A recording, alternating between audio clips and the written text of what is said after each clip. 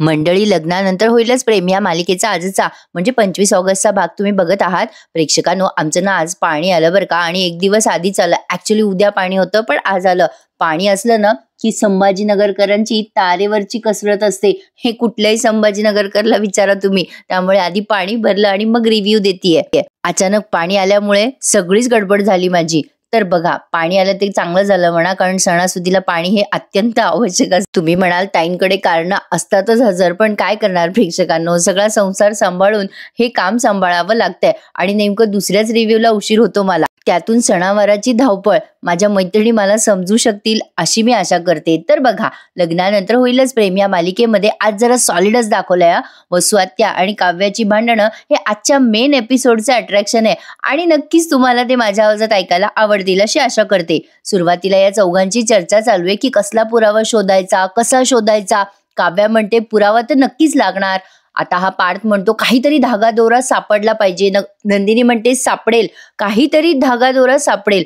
कुठलाच crime 100% perfect नसतो, तुकडा मागे राहतोच आणि कुठला तरी पुरावा आपल्याला लीड करेलच.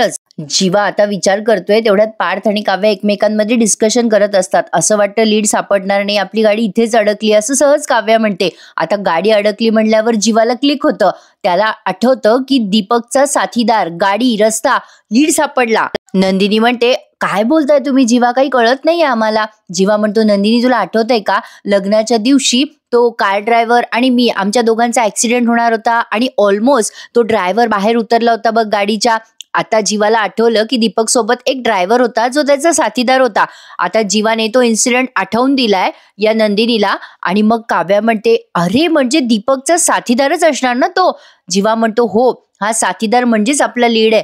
हा साथीदारच आपल्या कामी येईल, पण हा साथीदार आता आपल्याला सापडणार कुठे. आता तेवढ्यात त्यांनी त्या साथीदाराचा सीन दाखवलाय. तो साथीदार दीपकचा सध्या टेन्शन मध्ये, त्याच्या बाळाला कसल्या तरी पेटीत ठेवलंय. तर आता त्याच्या बहिणीला म्हणत असतो ताई माझं बाळ बरं होईल ना ग.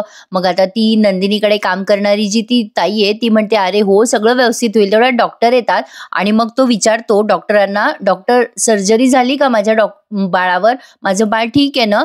आता त्या सगळ्याच टेन्शनमध्ये आल्यात. मग ती नंदिनीच्या सोबत काम करते ती ताई म्हणते बाळाचं काही बरं वाईट नाही ना झालं डॉक्टर, आम्हाला सांगा, आम्हाला असं अज्ञात ठेवू नका. मग आता त्या डॉक्टर म्हणतात हे बघा बाळाला तर काहीच झालं नाही पण सर्जरी मात्र फेल झाली आहे. आता तो घाबरतो आणि म्हणतो अरे बापरे माझ्या बाळाच्या जीवाला काही धोका आहे का. त्यावर ते डॉक्टर म्हणतात हे बघा बाळाला ना पेटीत ठेवावं लागणार आहे, सिरियस आहे तब्येत, 24 तास बाळासाठी क्रिटिकल आहेत आता. त्यामुळे आता आणखीन टेन्शन आलंय या दीपकच्या साथीदाराला. तो म्हणतो बापरे आता 24 तासात माझं बाळ कसं बरं होईल. आता नंदिनीचा सीन दाखवला त्यांनी. नंदिनी जरा विचार करते आणि म्हणते हा आता मी सांगते, 24 तासात आपण त्या साथीदारापर्यंत कसं पोहोचायचं, आपण दीपकच्याच मदतीने पोहोचू. जीवा म्हणतो काय, अगं दीपकची मदत कशाला घ्यायची ग नंदिनी, अगं त्याच्यामुळेच तू चक्रव्यूहात अडकलीस ना. अजिबात नाही. नंदिनी म्हणते ऐकता का तुम्ही जीवा.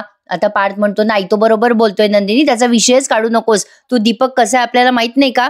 काव्या म्हणते हो तो मूर्ख आहे दीपक, त्याने तुला त्रास दिला ना तू. आता नंदिनी म्हणते अगं आपण त्या दीपकला मूर्ख बनवू आणि तो दीपकच त्याच्या साथीदार पर्यंत नेईल.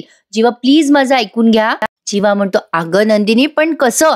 आता नंदिनीने काहीतरी प्लॅन सांगितलाय जो आपल्याला ऐकवला नाही, तिथे म्युझिक वाजवलं त्यांनी. मग काव्या, जीवा, पार्थ ऐकतात तो प्लॅन आणि जीवा काव्या म्हणतात अगं नंदिनी हा प्लॅन 100% वर्क होणार. काव्या म्हणते हो ताई जबरदस्त प्लॅन आहे. पार्थ म्हणतो आता आपण वेळ नाही वाया घालवायचा, पटकन आपला प्लॅन एक्झिक्यूट करूया. तेवढ्यात त्यांचा दरवाजा वाजतो. पार्थ आता दरवाजा उघडतो तेव्हा तिथे त्यांच्या फरशी पुसणाऱ्या मावशी आल्यात. त्या म्हणतात की ताई झाडू पोछा करायचा आहे. जीवा म्हणतो तुम्ही थोड्या वेळाने या ना आशाताई. नंदिनी म्हणते नाही नाही त्यांना त्यांची कामं करू देत, आपल्यामुळे त्यांची कामं कशाला खोळंबून टाकायची. आता काव्या म्हणते ठीक आहे मग आपण एक काम करू, आमच्या रूम मध्ये जाऊ आणि तिथे बोलूयात. मग आता हे सगळे चौघचे चौघ काव्याच्या रूम मध्ये जातात बरं का. चौघांना सोबत बघून मंजू आत्याचे धाबेदण आणतात. मंजू आत्या चौघही जणांना सोबत बघतात आणि घाबरून जातात आणि म्हणतात अरे बापरे हे 4 जण एकत्र काय करतायत, हे 4 सोबत आहे म्हणजे काहीतरी चाललंय यांचं, मला वसुताईला सांगायला पाहिजे. पण प्रेक्षकांनो कमाल आहे ना, मालिकेत काही पण दाखवतात. या मंजू आत्याच्या पोरीला चक्क धमकवलं त्या वसू आत्याने, तरी मंजू आत्या त्या वसू आत्याची साथ देतीये. काय बहिणीचं प्रेम आहे, बाप रे बाप. तर बघा आता मंजू आत्याने पाहिलं या चौघांना सोबत. आता ही मंजू आत्या वसू आत्याला जाऊन अलर्ट करते बरं का. वसू आत्याचं काहीतरी तिसरं चौथंच चाललंय. त्या स्वतःला आरशात पाहतात आणि म्हणतात, बाई बाई अगं ये रम्या, माझ्या चेहऱ्यावर किती ग्लो आलाय ना ग. त्या नंदिनीला हरवल्यापासूनच ग्लो आला बघ माझ्या चेहऱ्यावर. आता ती रम्या नुसती हू म्हणते. मग वसू आत्या म्हणते, हू काय, कसला विचार करतेस तू. रम्या म्हणते, ए आई, आपण आपलं जिंकणं लवकर सेलिब्रेट करतोय असं नाही वाटत आहे का तुला. वसू आत्या म्हणतात, असं का वाटतंय तुला. रम्या म्हणते, अगं आई, तू असला कुठला पुरावा मागे तर नाही ना टाकला, नंदिनीला कळलं तर. वसू आत्या म्हणतात, तू उगाच विचार करतेस रम्या. रम्या म्हणते, अगं आई तसं नाही, पण मला राहून राहून वाटतंय की नंदिनीने आपल्याला अडकवलं तर, तिच्या हाती काही पुरावा लागला तर. तिला आपण एकटं नाही पाडलंय. अगं पाड, जीवा आणि ती काव्या तिघे जण तिच्या पाठीशी आहेत. वसू आत्या म्हणतात, अगं काही होणार नाहीये रम्या, त्या नंदिनीला खांदा पलीकडे हे तिघं काय करणार आहे. बहीण म्हणून ही काव्या आणि पार्थ मित्र म्हणून आणि जीवानवरा म्हणून तेवढा काय तो खांद्या देतील. तेच सगळे सांगतील की बाई वसू ताईच्या नादाला लागू नकोस, वसू आत्याच्या नादाला लागू नकोस, आपल्याकडे पुरावाच नाहीये.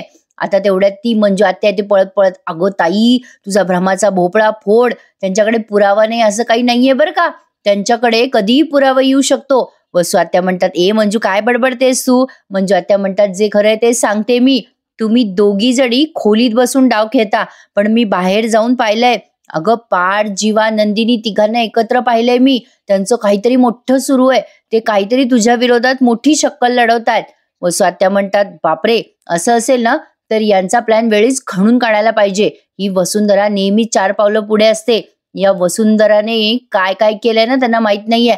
आता बघाच मी काय करते. वसू आत्या लागल्यास कामाला बरं का. नेमका आता नंदिनीचा प्लॅन काय येतो बघा. आता हे चौघही जण बसलेत बरं का दिवाणवर. नंदिनी म्हणते, जीवा एकदम शांतपणे बोलायचं दीपकशी, त्याने तुम्हाला किती ट्रिगर केलं ना तरी चिडायचं नाही, तुमचा ताबा सुटू द्यायचा नाही, ओके. आता जीवा म्हणतो, ठीक आहे. आता जीवाने फोन लावलाय दीपकला आणि लाऊडस्पीकरवर केलाय.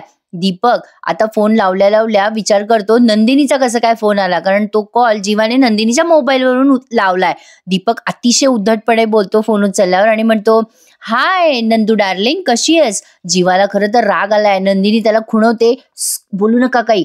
आता लगेच तिकडनं दीपक म्हणतो, काय ग नंदू डार्लिंग, माझा नवीन नंबर तुझ्याकडे कसा काय आला. अरे तू मला मिस करत होतीस ना.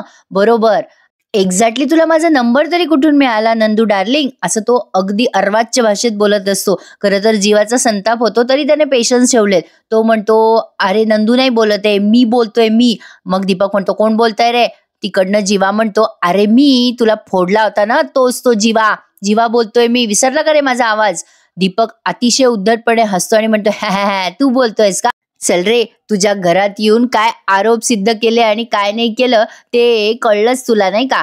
चल, काही आरोप बिरोप असतील तर सांग मला, कोणाकडनं कबुली द्यायची असेल तर येतो मी तुझ्या घरी, यायचंय का.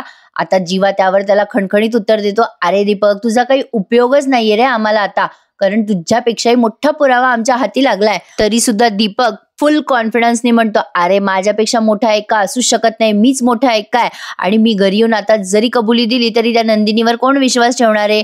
शक्यच नाहीये, माझ्यापेक्षा मोठा पुरावा मिळणं तुला शक्यच नाहीये. जीवा म्हणतो, अरे काय आहे, कधी कधी मोठा एक्का सुद्धा कामाचा नसतो आणि कधी कधी एखादा जोकरही गेम जिंकून जातो रे. आता मात्र दीपक घाबरतो आणि म्हणतो, जोकर म्हणजे. आता लगेच हा दीपक म्हणतो, सॉरी जीवा म्हणतो, अरे तू एकट्याने नाही किडनॅप केलं माझ्या नंदिनीला, तेव्हा तू आणि तुझा साथीदार दोघे मिळून होते. म्हणजे तुझा साथीदार तो जोकर होता ना तुझ्या सोबत. आता दीपक घाबरतो, तिकडनं काहीच बोलत नाही. जीवा म्हणतो, काय रे दीपक, झाली वाटतं तुझी बोलती बंद. आता लगेच दीपक घाबरतो आणि म्हणतो, कुठला साथीदार आणि काय साथीदार, तो काही माझा साथीदार नव्हता, तो एक ड्रायव्हर होता, काही संबंध नाहीये माझा त्याच्याशी. त्यावर जीवा म्हणतो, असू दे ना भाई, अरे त्या माणसाला कधी ना कधी गरज पडेलच ना. आता मी त्याला शोधणार, बोलतं करणार आणि लवकरच तुला बेल नाही होणार, तुला आयुष्यभराची जेल होणार दीपक. दीपक त्याला म्हणत असतो जीवाला, चल जा रे जा, कशाला उगाच धमकवतो रे मला. दीपक अजून त्या जीवालाच धमकी देत म्हणतो, तुला थोडी सापडणार आहे माझा साथीदार. जीवा म्हणतो, का नाही सापडणार तुझा साथीदार. अरे तुझा नवीन नंबर शोधला की आम्ही आता, आणि तसंही तू लपलेल्या गल्लीतून तुला बाहेर काढून फोडला होता मी, विसरला का रे दीपक. आता दीपक तिकडनं काहीच बोलू शकत नाहीये, तो चुपचाप बसतो. जीवा म्हणतो, काय रे, झाली ना तुझी बोलती बंद. आता तू बघत राहा. शेवटचे काही दिवस सुखाने जग, खडी फोडायची प्रॅक्टिस कर, कारण लवकरच तुला आणि तुझ्या वसुंधरा मॅडमला एकत्र खडी फोडायची आहे. जीवाने त्याला धमकी दिली आणि फोन ठेवून दिला, पण आता दीपकचे धाबे दणाणलेत. तो विचार करतो, अरे बापरे, आता खरंच हा त्या सँडीला शोधून काढेल का? त्या माणसाचं नाव सँडी आहे प्रेक्षकांनो, माझ्या लक्षात आलं नव्हतं एवढे दिवस. जीवा एवढंच काय ते बोलतो आणि फोन कट करतो. आता काव्या म्हणते, चांगला घाबरला तो दीपक. अगं ताई, बघ ना, तुझा प्लॅन वर्क होतोय. आता पार्थ म्हणतो, तो दीपक घाबरणार आणि त्याच्या साथीदाराला फोन करणार. नंदिनी म्हणते, आता जीवा इन्स्पेक्टरला फोन करतील आणि दीपकचा लास्ट कॉल बघतील, तेव्हा आपल्याला लगेच कळेल त्या साथीदाराचा ऍड्रेस काय आहे. आता एकदा का त्या साथीदाराचा ऍड्रेस ट्रेस झाला की आपण पोहोचायचं आणि त्याच्याकडनं सगळं कबूल करून घ्यायचं आणि नंदिनी आता निर्दोष सिद्ध होणारच. तसंही नंदिनी त्याला प्रेमाने किंवा धमकावून समजून सांगेलच. एकदा का तो साथीदार आपल्या बाजूने वळला की आपल्याला वसुआत्याचा चेहरा सगळ्यांसमोर आणता येईल. आता या तिघा चौघांचं बोलणं वसुआत्याने ऐकलं बरं का मंडळी. आता वसुआत्या घाबरतात आणि विचार करतात, अरे बापरे, म्हणजे हा प्लॅन आहे या चौघांचा. तर आता हा दीपक त्याच्या साथीदाराला फोन करेल आणि मग अडकून जाईल, मीही अडकून जाईल. अरे बापरे, काही झालं तरी मला काहीतरी केलंच पाहिजे. मी त्या दीपकला फोन करते लगेच, त्या साथीदाराला फोन करू नकोस म्हणून. आता या वसुआत्या फोन करणार असतात तेवढ्यात त्या पलटतात बरं का, आणि तिथे असणाऱ्या त्या आशाताई आहे ना, त्यांच्या बादलीमध्ये तो फोन पडतो. त्यांच्या बादलीत भरपूर फरशीचं पाणी असतं आणि फोन डायरेक्ट त्यांच्या बादलीत पडतो. वसुआत्या आता आरडाओरडा करायला लागतात. त्यांच्या आरडाओरड्यामुळे हे चौघचे चौघ बाहेर येतात. वसुआत्या त्या बाईलाच ओरडतात, काय बावळटेस ग, कशी आली समोर, माझा फोन पडला ना. वसुआत्या आता बादलीतनं फोन काढतात, पण तो ओला झालेला असतो पूर्ण. आता त्या आशाताई म्हणतात, अहो या वसुआत्या बघा ना, ओरडताय माझ्यावर, या इथे दाराजवळ होत्या, याच मागं वळल्या आणि त्यांचा फोन माझ्या बादलीत पडला. आता सगळेचे सगळे आता वसुआत्याकडे रागाने पाहायला लागतात. काव्या म्हणते, आशाताई, या वसुआत्या आमच्या रूमच्या बाहेर उभ्या होत्या ऐकत. आता मात्र काव्या संतापते ना. आता ती वसुआत्या म्हणते, खोटं नको बोलू ग. आता काव्या चिडून म्हणते, ओ आत्याबाई, काय करत होत्या रूमच्या बाहेर, काय करत होत्या सांगा ना. काव्या इकडे वसुआत्याला जाब विचारते, तिकडे दीपक विचार करतो, हा सँडी कुठे असेल, काय करत असेल, याला फोन करायलाच हवा. जर नंदिनी त्याच्यापर्यंत पोहोचली तर माझा खेळ खल्लास होईल. आता बघा इकडे वसुआत्याला काव्याने असलं झापलंय ना, दोघींची भांडणं चालू झाली आहे. मजा येते या दोघींची भांडणं पाहायला. इकडे तो जो सँडी आहे दीपकचा साथीदार, तो देवाजवळ प्रार्थना करत असतो की देवा, माझ्या बाळाला लवकर बरं कर, माझ्या बाळाला या अवस्थेतून लवकर बाहेर काढ. तेवढ्यात दीपकचा फोन त्या सँडीला आलाय. आता दीपक त्या सँडीला म्हणतो, सँडी, तू कुठे आहेस रे. त्या सँडीचा फोन वाजत असतो तेव्हा सिस्टर म्हणतात, जरा फोन सायलेंटवर ठेवा हो, हे हॉस्पिटल आहे, एवढ्या मोठ्याने रिंग वाजलेली चालत नाही. आता तो सॉरी म्हणतो सिस्टरला आणि त्या दीपकचा फोन रिसीव्ह करतो. दीपक त्याला विचारतो, तू कुठे आहेस सँडी. सँडी म्हणतो, मी इथेच आहे मुंबईमध्ये. अरे दीपक, माझं ना बाळ आजारी आहे रे. दीपक तिकडनं अतिशय रूडली बोलतो, हो का, ठीक आहे, असू दे, पण तू आधी एखादी बस पकड आणि इथून रफादफा हो, पळून जा, मुंबईवरून निघून जा. आता तो सँडी म्हणतो, अरे वेडायस का दीपक, अरे माझ्या बाळाला व्हेंटिलेटरवर ठेवलंय, माझं बाळ आजारी आहे. त्यावर आता तो दीपक म्हणतो, बाबा, माझं ऐकलं नाही ना तर सगळ्यालाच मुकशील. हे बघ, बाबा म्हणाला तुझं बाळ पण राहणार नाही, लक्षात ठेव. इथून ताबडतोब गायब व्हायचं आणि सकाळच्या आत दिसला नाही पाहिजे तू इथे, कळलं.